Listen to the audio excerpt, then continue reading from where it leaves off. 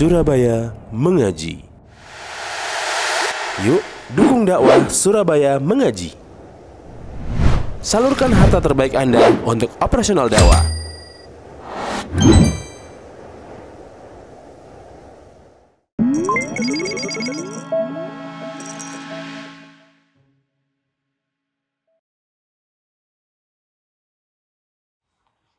Assalamualaikum warahmatullahi wabarakatuh. Innal hamdalillah nahmaduhu wa nasta'inuhu wa nastaghfiruh wa na'udzu billahi min shururi anfusina wa min sayyiati a'malina. May yahdihillahu fala mudilla lahu wa may yudlil fala hadiya lahu. Asyhadu an la ilaha illallah wahdahu la syarika lahu wa asyhadu anna Muhammadan abduhu wa rasuluh. Ya ayyuhalladzina amanu taqullaha haqqa tuqatih wa la tamutunna illa wa antum muslimun. Ya ayyuhan nasu taqu rabbakumul ladzi khalaqakum min nafsin wahidah wa khalaqa minha zawjaha wa bassa minhuma rijalan katsiran wa nisaa'a wattaqullaha alladzi tasaaluna bihi wal arham. Innallaha kana 'alaikum raqiba. Ya ayyuhalladzina amanu taqullaha wa qulu qawlan sadida yuslih lakum a'malakum wa yaghfir lakum dhunubakum wa may yuti'illaha wa rasulahu faqad faza fawzan 'azima. Amma ba'du. Fa inna asdaqal hadits kitabullah wa khairal huda hudan nabiy sallallahu alaihi wasallam wa syarrul umuri muhdatsatuha wa kullu muhdatsatin bid'ah wa kullu bid'atin dhalalah wa kullu dhalalatin finnar. Para hadirin kaum muslimin dan muslimah yang dimuliakan Allah Subhanahu wa taala. Alhamdulillah pada malam hari ini kita masih diberikan kesempatan, diberikan pertolongan oleh Allah untuk melaksanakan salat berjamaah dan dilanjutkan dengan thalabul ilmi asy-syar'i, menuntut ilmu syar'i. Semoga apa yang kita lakukan dari amal ibadah mendapatkan ridha dan diterima oleh Allah Subhanahu wa taala. Amin ya rabbal alamin. Kembali kita melanjutkan pembahasan dari kitab Al-Imta' fi Syarhi Matni Abi Suja', yaitu pembahasan tentang fikih dalam mazhab Al-Imam Asy-Syafi'i dengan menggunakan matan Abi Suja'. Dan kita masih membahas seputar fikih muamalah, dan pembahasan yang terakhir atau yang sebelumnya kita mengkaji bersama tentang rambu-rambu dalam pembagian warisan. Ya, bahwasanya seorang muslim dan muslimah itu wajib membagi warisan sesuai dengan syariat Islam. Karena pembagian warisan ini Allah sendiri yang membaginya di dalam Al-Qur'an. Sebagaimana di awal-awal surat An-Nisa, itu Allah sebutkan bagian masing-masing dari ahli waris. Ya. Maka tidak ada pilihan bagi seorang muslim dan muslimah kecuali tunduk dan patuh dan manut terhadap aturan Allah Subhanahu wa taala. Kemudian kita juga menyebutkan atau mengkaji ahli waris dari laki-laki itu siapa saja dan ahli waris dari perempuan itu siapa saja. Ya, supaya kita mengetahui ahli waris kita kalau kita meninggal itu siapa saja. Kemudian masih dalam hal warisan ini sebetulnya masih ada pembahasan-pembahasan yang tentunya ini butuh waktu yang cukup lama, bahkan butuh mungkin daurah atau seminar tentang pembahasan waris dari teori kemudian praktek menghitungnya bagaimana. Ya. Dan dalam pembagian warisan ini ada memang bagian-bagian itu seperti ashabun nisf, yaitu ahli waris yang mendapatkan setengah itu siapa saja. Ada yang mendapatkan seperempat atau ar-rubu'. Ada yang mendapatkan 2/3. Ada yang mendapatkan 1/3 dan ada yang mendapatkan 1/6. Ini semuanya itu sudah ada ketentuan masing-masing. Kapan seseorang mendapatkan setengah, kapan seorang ahli waris mendapatkan 1/4, kapan ahli waris mendapatkan 2/3 dari harta si mayit, kapan ahli waris mendapatkan 1/3 dan kapan mendapatkan 1/6. Ini tentunya ada dalam pembahasan kitab-kitab fikih. Ya. Jadi intinya kalau memang kita itu masih awam dan kita belum mampu menghitung warisan secara mandiri, maka marilah kita kembali kepada orang-orang yang berilmu. Sebagaimana Allah berfirman, "Fas'alu ahla dzikri in kuntum la ta'lamun." Bertanyalah kepada orang yang berilmu kalau kalian tidak mengetahui. Ya. Jadi tugasnya orang awam itu bertanya kepada orang yang berilmu. Jangan dibagi-bagi sendiri, diatur-atur sendiri, ya. Kalau kita membagi warisan bukan sesuai dengan syariat Islam, pasti di situ ada unsur kezaliman. Yakinlah itu. Ya. Kalau kita membagi warisan bukan sesuai dengan syariat Islam, pasti di situ ada unsur kezaliman. Karena apa yang Allah bagi dalam masalah warisan di dalam Al-Quran itulah seadil-adilnya dalam pembagian warisan. Kemudian para jamaah yang dimuliakan Allah Subhanahu wa taala, kita melanjutkan salah satu dari fikih muamalah adalah tentang wasiat. Ya, tentang hal-hal yang berkaitan dengan wasiat. Di sini di halaman 292 Al-Imam Abu Syuja menyebutkan tentang pembahasan tentang wasiat. Ya. Sebelum kita memasuki apa yang disampaikan oleh beliau, maka kita baca apa yang disampaikan oleh pensyarah. Al-wasiyatu lughatan al-isal. Wasiat dari segi bahasa itu menyampaikan sesuatu. Ya, menyampaikan sesuatu hal. Baik itu pesan moral atau berupa harta. Ya, li'annal musi sahibul wasiyati wasala khaira dunyahu bi khairi akhiratihi. Jadi wasiat dari segi bahasa itu menyampaikan atau menyambungkan sesuatu. Kemudian dari segi istilah, tabarru'u bihaqqin mudhafin lima ba'dal maut, yaitu menyerahkan sesuatu kepada pihak tertentu setelah kematian seseorang. Menyerahkan sesuatu kepada pihak tertentu setelah wafatnya, yaitu wafatnya seseorang. Ya. Kemudian di sini itu tadi menyerahkan sesuatu kepada pihak lain setelah kematian seseorang. Ini wasiat dari segi istilah. Kemudian hukum berwasiat ini apa? Hukum memberikan wasiat, membuat wasiat itu apa? Kalau di sini pensyarah menjelaskan hukum memberikan wasiat, menulis wasiat itu sunnatun muakkadah. Ya. Yaitu hukumnya sangat ditekankan, sangat dianjurkan, sunnatun muakkadah. Ini hukumnya.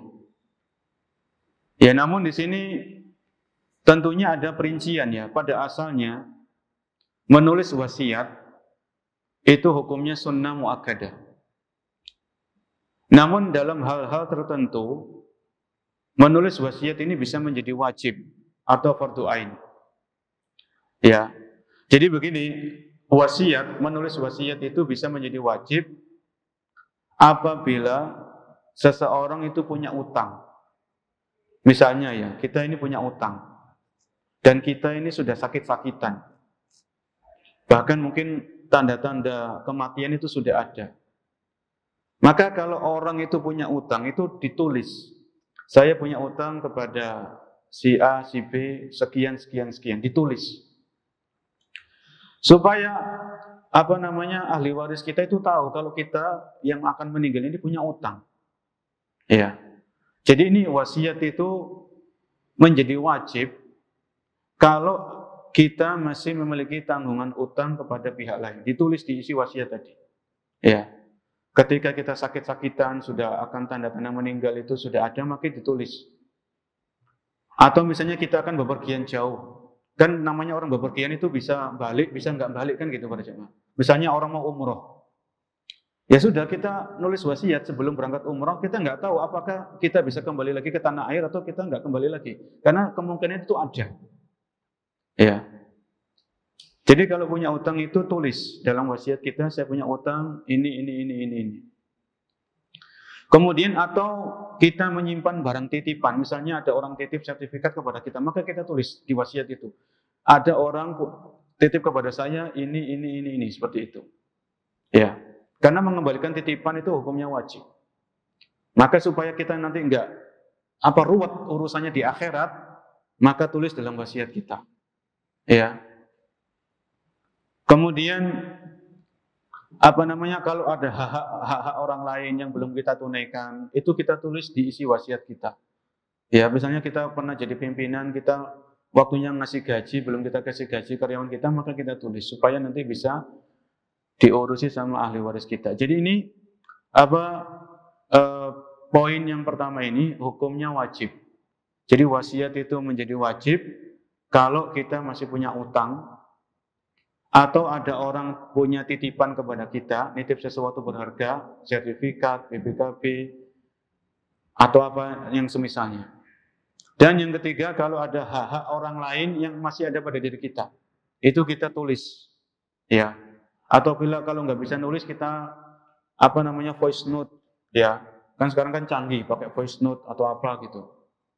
Yang penting, ahli waris itu harus tahu. Kemudian juga misalnya kalau kita wasiat itu juga wajib kalau nantinya misalnya dikhawatirkan ada pelanggaran-pelanggaran setelah kita meninggal dunia. Misalnya keluarga kita masih awam. Ya kita tulis wasiat, nanti kalau saya meninggal nggak usah ditangisi, nggak usah diratapi. Karena meratap itu dosa besar. Meratap itu dosa besar, bukan dosa kecil. Ya. Jadi kalau keluarga yang kita tinggal, kita tahu sendiri keluarga kita itu kayak gimana. Anak kita kayak gimana, istri kita kayak gimana. Kan kita tahu sendiri bagaimana keseharian mereka. Maka kalau menurut kita nanti kalau saya meninggal, khawatir mereka itu meratap, ya tulis. Kalau saya meninggal jangan ditangisi yang berlebihan, jangan diratapi. Ini memang jadi wajib. Ya. Karena kita mencegah keluarga kita terjatuh dalam kemungkaran atau hal-hal yang diharamkan. Ya. Atau misalnya kalau di masyarakat kita itu tersebar hal-hal yang tidak sesuai dengan sunnah, maka kita tulis wasiat, nanti kalau saya meninggal tolong pengurusan jenazah saya sesuai dengan sunnah, mulai dari memandikan, mengkafani, menyolati, memakamkan sesuai dengan sunnah Nabi SAW. Itu kita tulis nggak masalah. Karena kita tahu sendiri di masyarakat kita itu masih ada hal-hal yang tidak sesuai dengan petunjuk Nabi SAW dalam hal pengurusan jenazah, itu masih banyak. Ya, itu masih banyak terjadi. Maka kita pengen hidup kita itu di atas sunnah, mati kita pun bagaimana di atas sunnah. Dalam artian pengurusan jenazah mulai A sampai Z itu sesuai dengan sunnah Nabi SAW. Ya, tulis, ya, tulis dalam wasiat. Atau kalau nggak bisa nulis, bisa direkam atau yang semisal.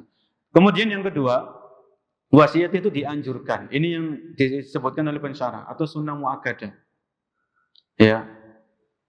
Wasiat itu dianjurkan ini jika seseorang memiliki harta yang melimpah. Jika seseorang punya harta melimpah dan ahli warisnya itu orang-orang yang berkecukupan. Ya. Maka hendaknya orang yang seperti ini itu dia berwasiat untuk kerabat atau untuk kegiatan-kegiatan sosial. Misalnya ada orang dia kekayaannya, Masya Allah, kekayaannya sampai miliaran, bahkan ada yang triliunan misalnya. Dan orang ini tahu ahli waris saya, alhamdulillah kecukupan, anak-anaknya, istrinya, cucunya, ya. Itu semuanya cukup, bahkan hidupnya hidup dalam artian nggak kekurangan. Maka dalam hal ini silakan orang yang seperti ini keadaannya itu berwasiat. Misalnya dia wasiatkan dari hartanya itu untuk panti asuhan, untuk namanya pondok tahfidz, ya, untuk kemakmuran masjid, itu silakan. Karena wasiat seperti ini hukumnya itu dianjurkan. Toh manfaatnya kembali kepada siapa? Kembali kepada kita kan, begitu. Ahli waris kita cukup, ya, kemudian insya Allah mereka nggak kekurangan, maka Di sini kita dianjurkan untuk berwasiat. Dalam masalah harta, dari bagian harta kita itu kita alokasikan ke kegiatan-kegiatan yang sifatnya sosial. Ya. Kemudian wasiat itu menjadi makruh. Ini yang ketiga. Jadi yang pertama tadi hukumnya wajib. Ya, seperti yang kita rincikan tadi ya. Yang kedua itu anjuran atau sunnah muakkadah. Kemudian yang ketiga ini menjadi makruh. Wasiat bisa menjadi makruh.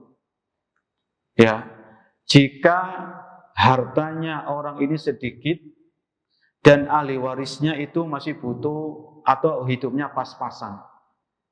Ya, jadi kalau ada orang tertentu dia itu ya ekonominya pas-pasan, ya ahli warisnya juga sama, maka orang seperti ini ya hendaknya nggak usah berwasiat, itu lebih utama.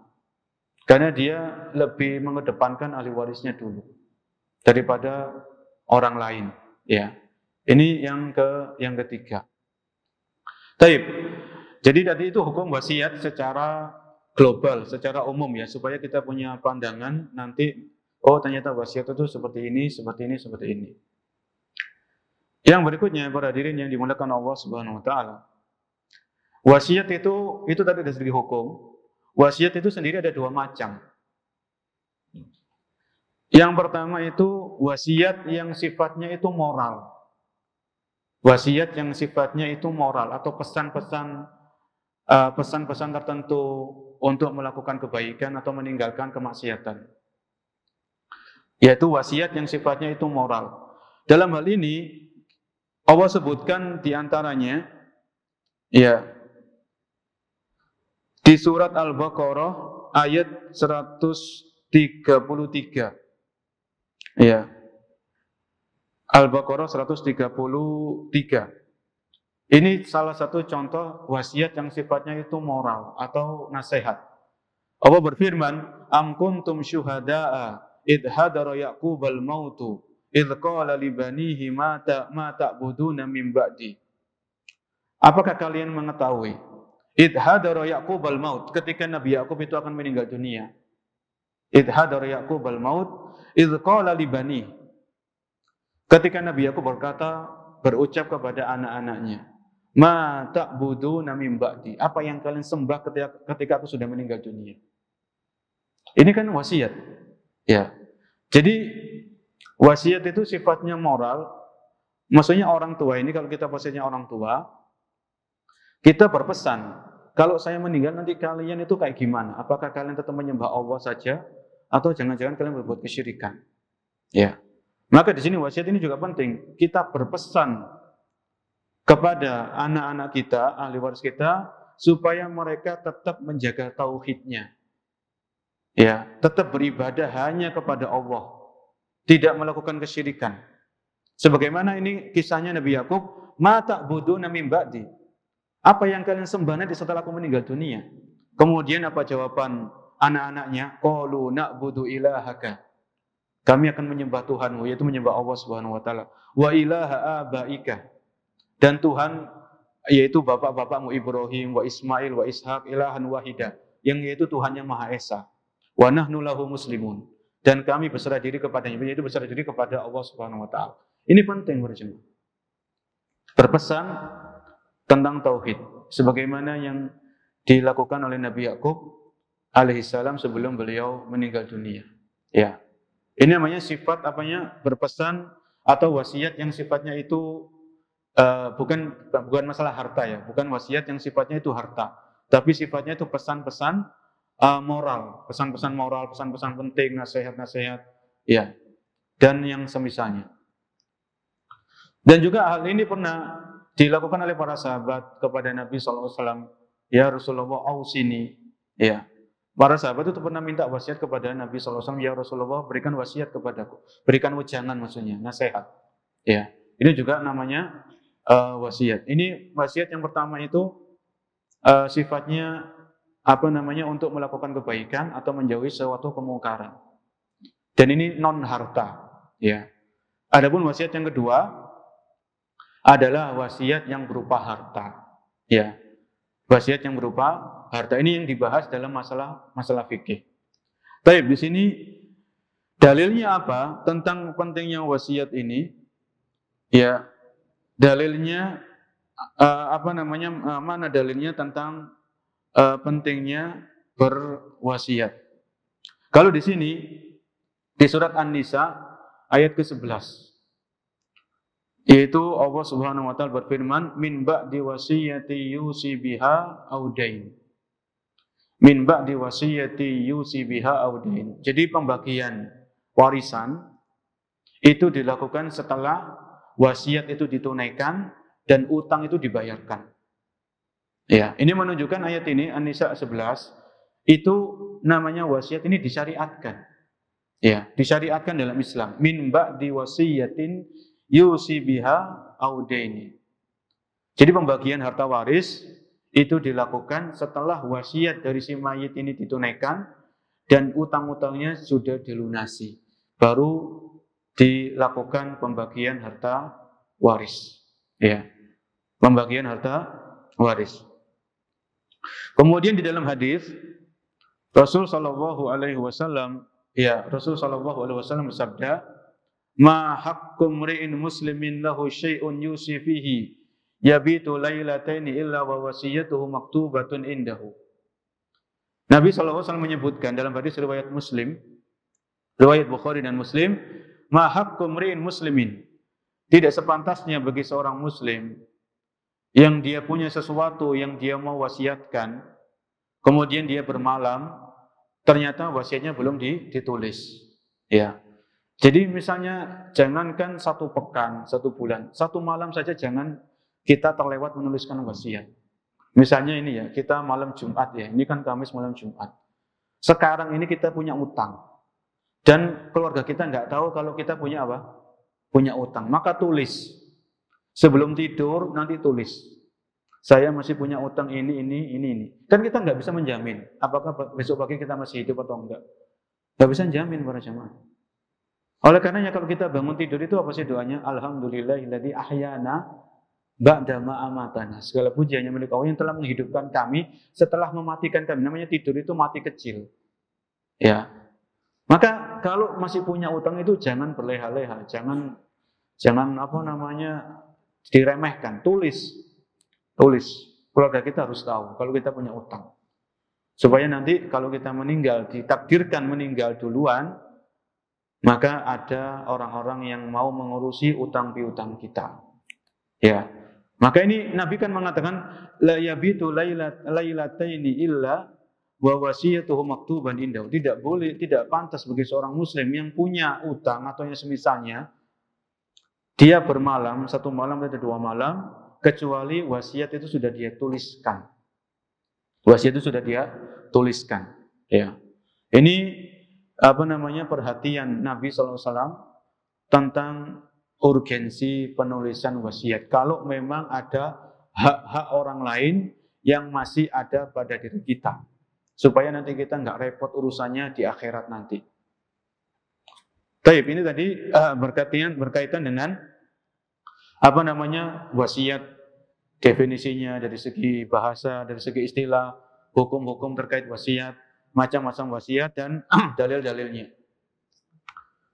Kemudian kita baca apa yang disampaikan oleh Abu Suja rahimahullah ta'ala di dalam kitab beliau ini. Beliau mengatakan wa tajuzul wasiyatu bil ma'lumi wal majhul wal mawjudi wal ma'dum. Ya, diperbolehkan berwasiat bil ma'lum dengan sesuatu yang diketahui. Wal majhul dengan sesuatu yang masih majhul, yang tidak diketahui. Wal mawjudi wal ma'lum, dan yang ada ataupun yang tidak ada. Maksudnya, ya wallahu a'lam, maksud dari perkataan beliau, boleh seseorang itu berwasiat dengan sesuatu yang diketahui. Ya, misalnya orang ini akan meninggal, misalnya si A akan meninggal dunia. Ada si A, si B, dan si C. Si A ini orang yang kemungkinan akan meninggal dunia. Tanda-tanda sakaratul maut sudah ada, sakit-sakitan. Kemudian dia berpesan kepada si B. Si B ini orang yang masih hidup, maksudnya yang masih sehat, ya, yang masih sehat walafiat. Maka si A ini nulis wasiat untuk dititipkan kepada si B. Ya, maka ketika nulis wasiat, maka saya punya tanah ini untuk ini, tanah ini untuk untuk panti asuhan ini, itu ditulis di wasiat. Maka si B ini nggak perlu tahu ini tanah yang mana itu nggak perlu tahu. Yang penting jelas, ya. Yang penting jelas. Makanya bil ma'lum wal majhul. Jadi si B ini paham atau enggak isi wasiatnya. Yang penting isinya wasiatnya jelas. Kalau si B ini nggak paham, paling enggak kan nanti ahli waris orang ini kan paham kan gitu. Ahli warisnya insya Allah paham. Ya. Makanya bil ma'lum itu yang diketahui. Majhul ini yang nggak diketahui. Ya, tidak diketahui oleh yang dititipi dititipi oleh wasiat oleh orang yang akan meninggal ini. Ya. Yang si C ini nanti akan disampaikan wasiat ini tolong disampaikan kepada si C. Itu misalnya. Jadi B ini perantara saja. Wal mawjudi wal ma'lum, baik itu bendanya sudah ada ya atau belum ada saat diwasiatkan. Ya, saat diwasiatkan. Ini yang penting, wahiyya minas sulus. Dan wasiat itu hendaknya ukuran wasiat itu hanya 1/3 saja. Ya. Hanya sepertiga. Itu pun 1/3 ini kata para ulama itu sangat banyak. Pernah suatu saat ada seorang sahabat namanya Abu Sa'id Al-Khudri Sa'ad bin Abi Waqqas. Sa'ad bin Abi Waqqas itu waktu itu beliau sakit dan Nabi SAW menjenguk. Dan Sa'ad bin Abi Waqqas radhiyallahu anhu ini ingin berwasiat dari 1/3 hartanya itu untuk kepentingan sosial misalnya. Ya. Maka Nabi SAW menyebutkan wasulusu kasir. 1/3 itu banyak. 1/3 itu pun banyak. Ya.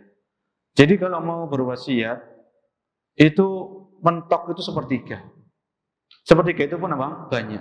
Maka kalau bisa sih jangan sampai 1/3, mungkin 1/5. Ya. Misalnya orang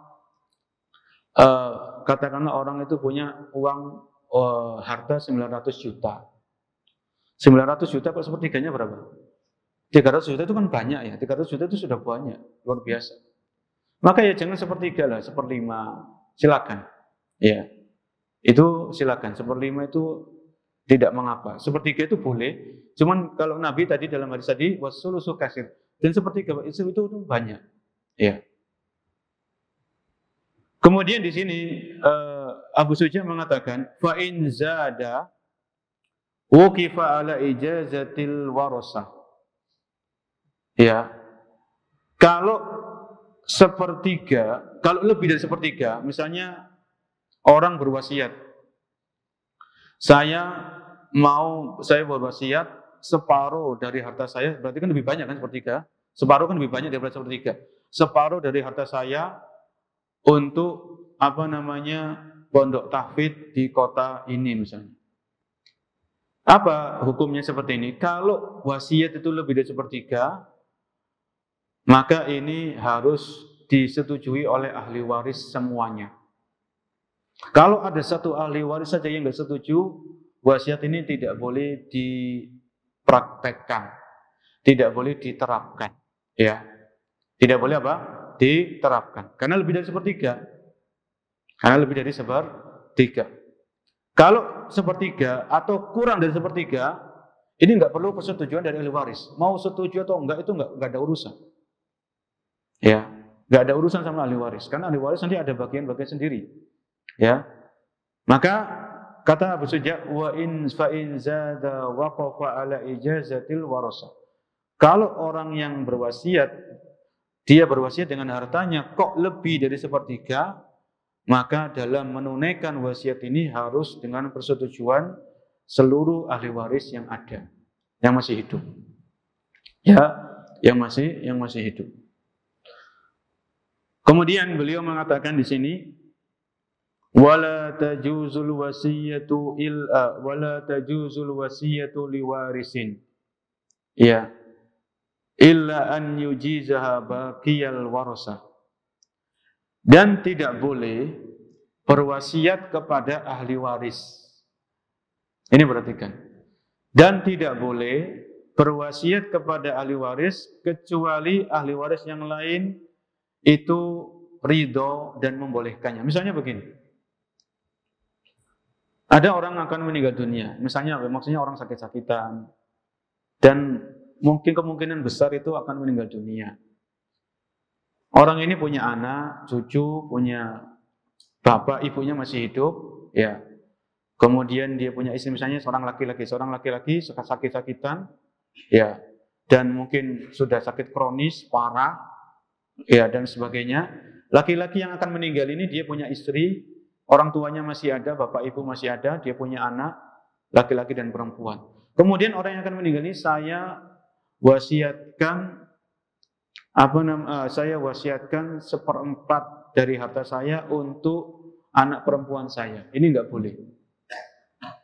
Ini tidak boleh karena anak perempuan ini termasuk ahli waris. Apa katakan tadi disebutkan wala tajuzul wasiyatu liwaris, dan enggak boleh wasiat harta kepada ahli waris. Ya, karena ahli waris ini mereka akan dapat bagian dari warisan. Jadi kenapa harus dikasih wasiat lagi? Kenapa? Ya, makanya di sini ini enggak boleh illa an yujizaha baqiyal warasa. Kecuali ahli waris yang lain itu ridho dan menyetujuinya. Ya. Ridho dan menyetujuinya. Ya. Namun kalau kita kembali kepada hadisnya, hadis Nabi SAW, beliau bersabda, la wasiyata liwaris. Tidak boleh ada wasiat kepada ahli waris. Ini secara umum. Ya. Maka hendaknya seorang muslim atau muslimah itu menghindari. Ya. Dalam artian menghindari itu menghindari memberikan wasiat harta kepada ahli warisnya. Ya. Kepada ahli waris. Jangan memberikan wasiat harta kepada ahli waris. Ahli waris ini akan mendapatkan bagian dari harta waris itu sendiri. Ya, enggak usah dikasih wasiat. Ya. Mendingan wasiat ini berikan kepada kegiatan-kegiatan yang sifatnya sosial, wakaf misalnya. Ya, atau yang semisalnya. Ini tadi kata beliau. Kemudian yang berikutnya, ya, wa tasihul wasiyatu min kulli balighin aqilin li kulli mutamallikin wa fi sabilillahi ta'ala. Dan sahnya wasiat itu dari orang yang balik. Ya. Jadi wasiat ini dianggap sah dari orang yang balik li kulli balighin aqil, dan orang yang berakal. Ya. Likulli mutamallikin, dan orang yang punya harta. Jadi nggak bisa dong wasiat orang ini nggak punya tanah, kemudian dia berwasiat isinya tanah ini untuk ini, kan nggak bisa. Tanahnya bukan milik sampean kok, sampean wasiat dengan tanah, kan nggak bisa. Walikulli mutamallik, orang yang punya betul-betul punya harta yang diwasiatkan itu dia punya orang ini, bukan harta sengketa, bukan harta yang nggak jelas, tapi betul-betul harta misalnya orang berwasiat 1/5 hartanya untuk kepentingan panti asuhan. Maka 1/5 dari harta itu betul-betul milik orang ini. Bukan harta yang berserikat. Ya, bukan harta yang sifatnya berserikat atau bukan harta sengketa. Makanya di sini likulli mutamallik. Ya. Likulli mutamallikin wa fi sabilillah, dan digunakan di jalan Allah Subhanahu wa taala. Ya, digunakan di jalan Allah Subhanahu wa taala. Ini berkaitan apa yang disampaikan oleh Abu Suja rahimahullah. Kemudian dalam referensi yang lain, ya, dalam referensi yang lain itu disebutkan masih berkaitan dengan hal-hal yang wasiat, yaitu kewajiban menunaikan wasiat. Ya, jadi kalau si mayit ini sudah berwasiat, maka pada asalnya wasiatnya harus ditunaikan. Enggak boleh disembunyikan, enggak boleh ditutup-tutupi, ya, harus ditunaikan dan enggak boleh dirubah. Jadi misalnya orang ya, si A tadi akan meninggal dunia. Dia berpesan, dia sudah tulis wasiat kepada si B, ini saya punya wasiat, saya titipkan kepada sampean. Maka orang yang dipasrai wasiat ini itu harus amanah. Dalam artian amanah itu enggak boleh dia menyembunyikan, enggak boleh tutup-tutupi, dan enggak boleh merubah-rubah isi wasiat tersebut. Allah sebutkan dalam Al-Quran Al-Baqarah 181. Al-Baqarah 181.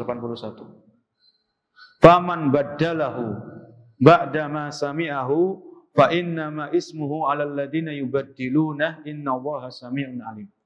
Apa kata Allah dalam ayat ini? Barang siapa yang merubah isi wasiat setelah dia mendengarnya atau mengetahuinya, fa innama ismuhu 'alal ladina yubaddiluna, maka dosanya itu ditanggung oleh orang yang merubah isi wasiat tadi. Ya. Jadi kalau isi wasiatnya misalnya orang yang akan meninggal ini berwasiat 1/5 dari hartanya itu untuk kepentingan panti asuhan, ya sudah 1/5 ini tunaikan, jangan dirubah-rubah. Ya, dipalsukan, kemudian ditutup-tutup, ini jangan. Kalau orang nekat seperti ini, maka orang ini menanggung dosa. Faman baddalahu, barang siapa yang merubah isi wasiat. Ini Allah yang berfirman. Ya, barang siapa yang sengaja merubah isi wasiat setelah dia mendengarnya atau mengetahuinya atau membacanya, fa innama ismuhu 'alal ladina yubaddiluna, maka dosanya ditanggung oleh orang yang merubah isi wasiat tadi. Ya, ini harus kita perhatikan bersama. Jangan berkhianat. Ya, kalau kita diserai wasiat, ya sudah tunaikan. Jangan dikhianati, jangan ditutup-tutupi, jangan dirubah-rubah sainannya sendiri dan lain sebagainya. Ya, ini perlu kita ketahui bersama. Kemudian di antara poin-poin masih berkaitan dengan wasiat, ya. Isi wasiat itu adalah isinya berupa kebaikan. Ini kalau kembali kepada wasiat yang pertama, wasiat yang sifatnya moral, ya, bukan wasiat berupa harta. Ya. Jadi wasiat itu berupa kebaikan, bukan berupa kemaksiatan. Ya. Misalnya seorang suami atau seorang istri misalnya begini, seorang istri ini akan meninggal dunia. Dia nulis wasiat kepada suaminya, kalau saya meninggal duluan, sampean jangan nikah lagi, kan gitu ya. Ya, ini kan maksiat kan ya, melarang suami menikah lagi ini maksiat, karena bertentangan dengan Al-Quran dan Sunnah. Pada asalnya orang mau nikah lagi silakan, ya. Kan kalau laki-laki kan nggak ada masa iddah kan gitu ya. Istrinya meninggal malam Jumat, Jumat pagi, Jumat siang lah, habis Jumatan, akad nikah itu nggak masalah kalau memang tega kan gitu ya. Dalam artinya itu tega-tegaan ya, nggak punya perasaan dan sebagainya. Tapi kalau masalah sah kan begitu. Kalau kita bicara masalah agama sah, karena laki-laki nggak ada masa iddah, beda dengan perempuan. Kalau perempuan ditinggal mati suaminya, dia punya iddah 4 bulan sekian hari misalnya. Nggak bisa langsung perempuan ditinggal mati suaminya langsung nikah lagi, nggak bisa. Harus menjalani masa iddah. Jadi wasiat seperti ini nggak dianggap para jemaah, nggak dianggap. Karena wasiat ini bertentangan dengan Al-Quran dan Sunnah. Ya. Jadi kita juga harus paham isi wasiatnya itu kayak gimana sih. Ya. Kalau isi wasiatnya itu bertentangan dengan Al-Quran dan Sunnah, ya sudah, jangan, kita nggak perlu menunaikan isi wasiat tersebut, ya. Karena disebutkan dalam hadis riwayat Bukhari dan Muslim, la ta'ata li makhluqin fi maksiati, la ta'ata fi maksiatin, innama ta'atu fil ma'ruf. Tidak ada ketaatan dalam kemaksiatan. Dan ketaatan itu hanya ada dalam kebaikan. Hadis riwayat Bukhari dan Muslim. Hadis riwayat Bukhari dan Muslim. Ya. Ini diantara yang perlu kita perhatikan dalam masalah wasiat, ya. Dalam masalah wasiat, kalau wasiat itu isinya kemaksiatan, penyimpangan, maka jangan ditunaikan, ya. Kalau ditunaikan, ya nanti kasihan mayitnya juga mendapatkan dosa, ya, menanggung dosa atas wasiat keburukan yang dia tuliskan atau dia berpesankan, ya. Kemudian di sini di antara hal-hal yang berkaitan dengan wasiat juga, ya, yaitu arkanul wasiyah, rukun-rukun yang terkait dengan wasiat. Jadi ada rukun-rukunnya. Kalau dalam syarahnya di halaman 292, arkanul wasiyah. Yang pertama tentunya musin, orang yang berwasiat. Ya, orang yang berwasiat. Kemudian musolahu, ya, yaitu orang yang ditujukan kepada yang wasiat. Kemudian muson bihi, orang yang dititipi wasiat. Dan yang keempat adalah siho. Siho ini ucapan, saya wasiatkan. Itu namanya siho. Ya, saya berpesan, Ini namanya sigho. Insya Allah kita dengarkan azan dulu. Insya Allah setelah azan kita tambahkan sedikit masih terkait dengan masalah seputar fikih wasiat. Wallahu a'lam bishawab. Kemudian yang berkaitan dengan hal wasiat, yaitu mengganti atau mengurungkan wasiat. Ini boleh, ya. Misalnya ada orang yang dia sakit-sakitan, memang dia sakit-sakitan, sakitnya parah. Kemudian dia sudah nulis wasiat, ya, nulis wasiat, kemudian dititipkan. Kemudian ternyata dia mungkin masih sempat berpikir, dia lihat-lihat kembali, akhirnya dia rubah. Ya, jadi wasiat yang sudah disusun oleh seseorang dan orang yang menulis wasiat ini itu masih hidup, belum meninggal, maka dia masih boleh untuk merubah isi wasiat yang dia tulis tadi atau yang dia rekam. Ya, disebutkan oleh seorang sahabat yaitu Umar bin Khattab radhiyallahu anhu, yughayyiru rajulu ma syaa fi wasiyatihi. Ya, seseorang boleh mengubah isi wasiatnya semau dia. Ya, kan biasanya orang itu nulis, kemudian karena memang dia masih ada kesempatan hidup, maka dia berpikir ulang, maka dia rubah isinya. Ini boleh. Ya, ini boleh. Adapun yang berikutnya, merubah isi wasiat setelah orang itu meninggal. Ini kan sudah kita jelaskan tadi. Pada asalnya orang yang diberi wasiat, dititipi ini dia harus amanah dan dia tidak boleh merubah isi wasiat tersebut. Dia harus tunaikan. Ya. Apalagi wasiatnya itu sudah menunjukkan dengan kekhususan. Misalnya 1/5 harta saya ini untuk fulan misalnya. Fulan ini seorang penuntut ilmu, seorang dai atau maka ini harus ditentukan karena sudah menyebutkan apa? Nama. Ya. Adapun misalnya kalau isi wasiatnya ini masih sifatnya itu umum, misalnya 1/5 dari harta saya untuk kepentingan masjid. Masjid ini kan umum kan ya? Ada masjid A, masjid B, masjid C.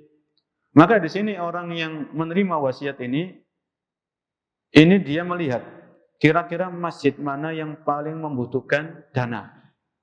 Karena wasiatnya tadi apa? Umum tanpa menyebutkan nama masjid-masjid tertentu. Nah, dalam hal ini kata para ulama itu jika wasiatnya tidak spesifik, ya seperti harta ini untuk masjid, yang penting masjid, ya maka orang yang menunaikan wasiat ini silakan diberikan kebebasan. Kira-kira masjid mana yang paling paling urgen, paling membutuhkan dana atau yang semisalnya, maka diserahkan ke tempat tersebut. Ya ini perlu. Ya memang dalam wasiat ini perlu ketelitian, ya perlu kehati-hatian, ya tidak serampangan dan lain sebagainya. Karena ini masalah yang sangat penting ya, masalah penting. Kemudian perbedaan hibah dan wasiat. Ya, perbedaan antara hibah kan sebelumnya hibah ini sudah pernah kita bahas. Ya, kurang lebih hibah ini, ya hibah itu adalah pernyataan penyerahan dilakukan saat masih. Jadi wasiat sama hibah itu orangnya masih hidup. Saya menghibahkan ini, saya mewasiatkan ini, itu orangnya masih hidup. Ya. Yang beda itu dari serah terima. Jadi hibah, wasiat itu sama-sama orang yang menghibahkan orangnya masih hidup, orang yang nulis wasiat orangnya masih hidup. Yang beda itu dari segi serah terima. Ya. Adapun hibah, barang hibah ini diserah terimakan ketika orang yang menghibahkan masih hidup. Misalnya, orang punya 3 rumah. Rumah A, rumah B, rumah C. Dan orang ini masih cukup. Alhamdulillah dia cukup, anak-anaknya tidak cukup. Ya.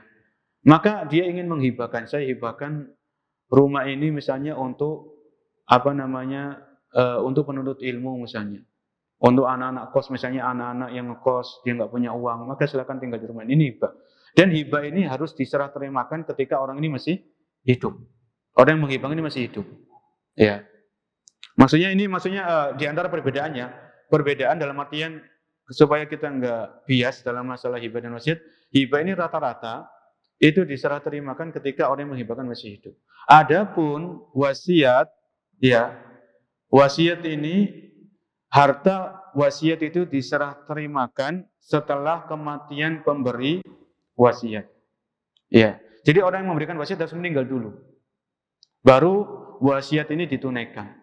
Ya, kalau misalnya saya dengar cerita itu ada memang orang itu dia sudah kronis, sudah mau mati gitu. Ternyata orang ini Allah takdirkan nggak jadi mati gitu kan. Sembuh barunya. Bahkan sembuhnya itu bukan setahun, 2 tahun, bahkan beberapa tahun. Itu ada cerita. Saya dengar ceramah seperti itu. Ya. Jadi wasiat sudah ditulis, maka nggak boleh isi wasiat itu ditunaikan. Misalnya orang ini berwasiat 1/5 dari hartanya untuk kepentingan sosial, dan orangnya belum mati kok. Ya jangan ditunaikan dulu. Namanya wasiat itu ditunaikan setelah orang yang memberikan wasiat ini sudah betul-betul dinyatakan meninggal dunia. Ya. Jadi kemudian yang terakhir atau yang terakhir, adapun kalau ada tanya jawab nanti habis sholat ya, karena tanya jawab ini biasanya lama. Yang berikutnya, wasiat ini harus dicatat atau direkam ya. Jadi jangan hanya sekedar nggak ada bukti. Bukti itu berupa hitam di atas putih ya, atau rekaman dari suara orang yang akan meninggal dunia. Kalau tidak dicatat, kalau nggak ada rekaman, maka urusannya nanti juga akan berat. Ya. Jadi sekali lagi tentang wasiat ini sangat penting. Apalagi kalau kita masih punya utang di sini, utang di situ, ya ada orang titip sama kita, maka tulis para jemaah, tulis dengan jelas, dengan detail. Kita nggak bisa menjamin sampai kapan kita akan hidup di dunia ini. Mungkin ini bisa kita sampaikan. Sebetulnya ini pembahasan yang paling ujung ya. Kalau dalam Abu Suja ini pembahasan masalah muamalah ini paling ujung tentang wasiat. Insya Allah kalau kita masih lanjut tentang fikih Abu Suja ini, pertemuan berikutnya itu masuk pembahasan tentang masalah nikah, kita pun nikah, ya, tentang hal-hal yang berkaitan dengan fikih nikah. Kan fikih itu kan ada 3, fikih ibadah, 4, fikih ibadah, ini sholat, puasa, zakat, ini fikih ibadah, haji. Yang kedua fikih muamalah, ini kalau dalam pengetahuan ini kita sudah selesai. Dalam artian nggak semua fikih muamalah kita bahas, ya, nggak semua fikih muamalah kita bahas. Yang ketiga nanti fikih usrah, fikih keluarga, mulai dari nikah, perceraian dan sebagainya. Yang keempat nanti baru fikih jinayah. Fikih jinayah ini hukum potong tangan bagi pencuri, hukum rajam bagi pezina. Ini namanya fikih jinayah. Mungkin sampai di sini, kurang lebihnya saya mohon maaf sebesar-besarnya. Semoga apa yang kita bahas betul-betul kita pahami ya. Kalau nggak paham, silakan ditanyakan. Jangan sampai gagal paham atau salah paham. Karena urusannya nanti panjang. Semoga bermanfaat. Kurang lebihnya saya mohon maaf. Kita akhiri subhanallahi wa bihamdika asyhadu an la ilaha illa anta astaghfiruka wa atubu ilaik. Assalamualaikum warahmatullahi wabarakatuh.